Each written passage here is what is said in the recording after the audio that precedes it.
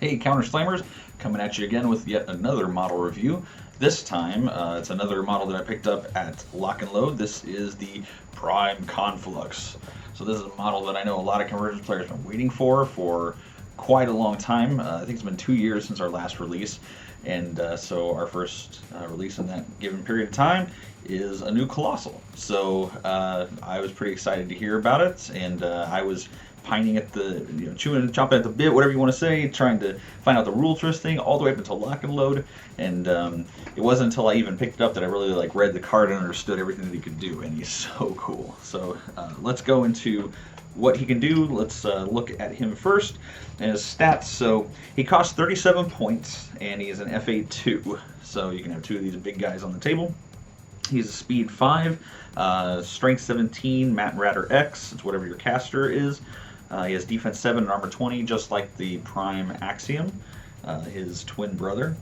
And he's Construct, obviously. He has Pathfinder, obviously. And he's immune to electricity. So, suck it, Signar. And he's got his guns.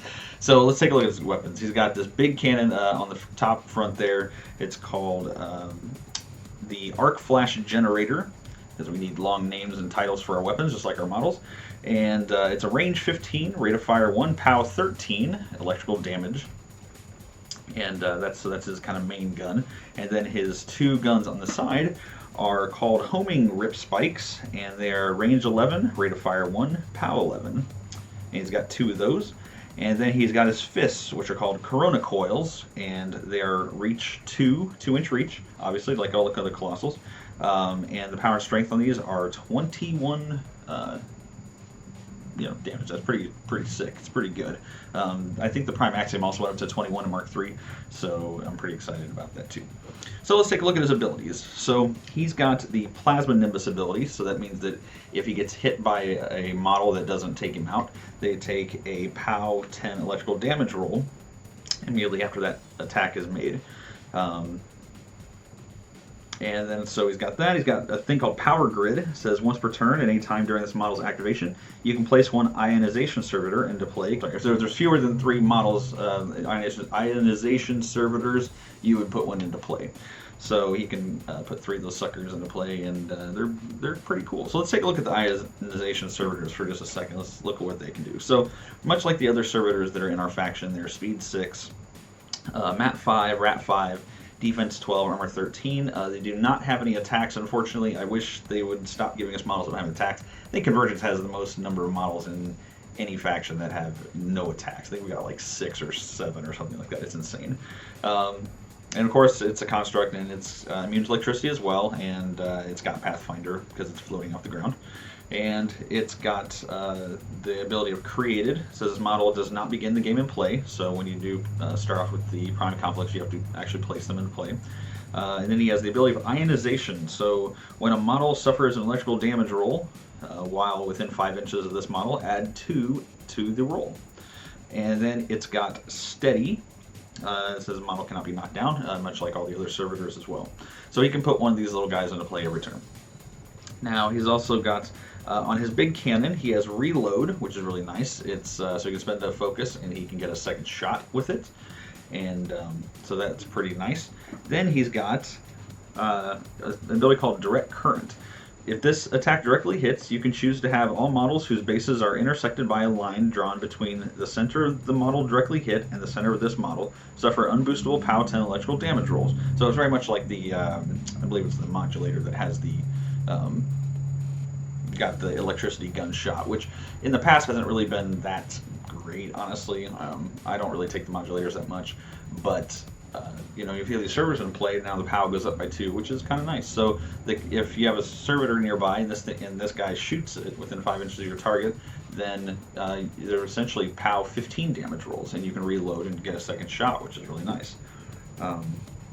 So he's also got, let's see here, I said reload. So, and then the homing beacons. Now, what's interesting about the rip spike, the homing rip spikes, it has beacon attached to it. So these essentially are like diffusers attached to his guns, because they have the same range, they have the same POW, and if you hit a model, it has beacons. So if you hit a model, then whenever a friendly model charges that model, I believe it's with construct, charges that model, then it gets an additional 2 inches to the charge movement. and that's exactly what the diffusers do. And they have lucky, so if you miss, you can take you can re-roll your attack rolls, just like the diffuser. So essentially, he's got 2 diffusers built into his shoulders, which is really cool. He's got so in his fist, right? So this is where it gets really awesome. So now he's got these POW 21 fists, right? And they have this thing called capacitor discharge. I think there's another model that has something like this. I want to say, I think it's the retribution little unit. But it says, capacitor discharge says a model hit by an initial attack with this weapon suffers D3 POW 10 electrical damage rolls after the attack is resolved.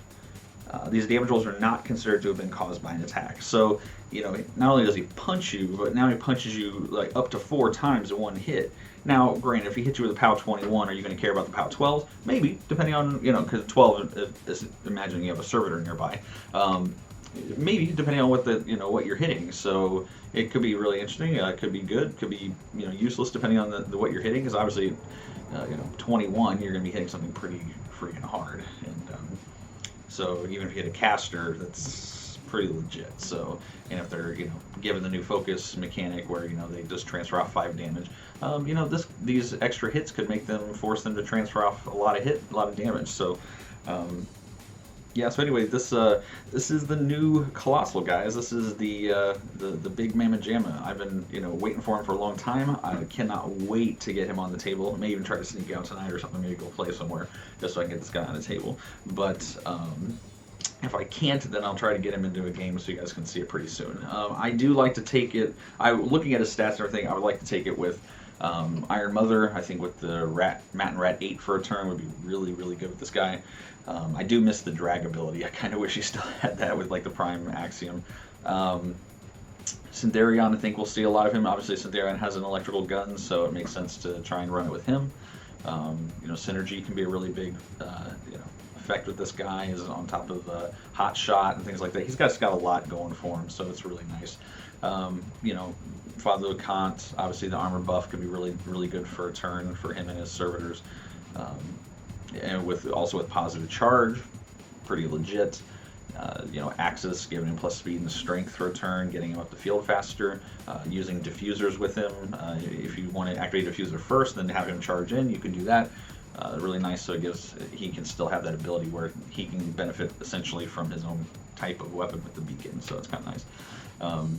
So yeah, that's it, guys. Aurora, would she really like him? Aurora is kind of a hit or miss with the colossals anyway. So I think she likes the battle engines a little more. But I'll try him with everybody and see how it goes. But So I don't know if you guys picked it up, if you guys have played it yet. I know it's still really early, but they had a few of them that were sold, and I saw a few of them tables at Lock and Load there. So if you guys have that experience with them, feel free to comment in the section below. Let us know how it worked out for you. I'm super excited for it. I can't wait to get even more models from Convergence in the future. We could definitely use a shooty caster. We could use a lot of other stuff too, but anyway, that's for another time. So anyway, we want to keep bringing you guys model reviews, so hopefully we get a few more going here over the next few days and start getting some games for you guys. So with that, we'll see you guys in the next episode of Counter-Strike.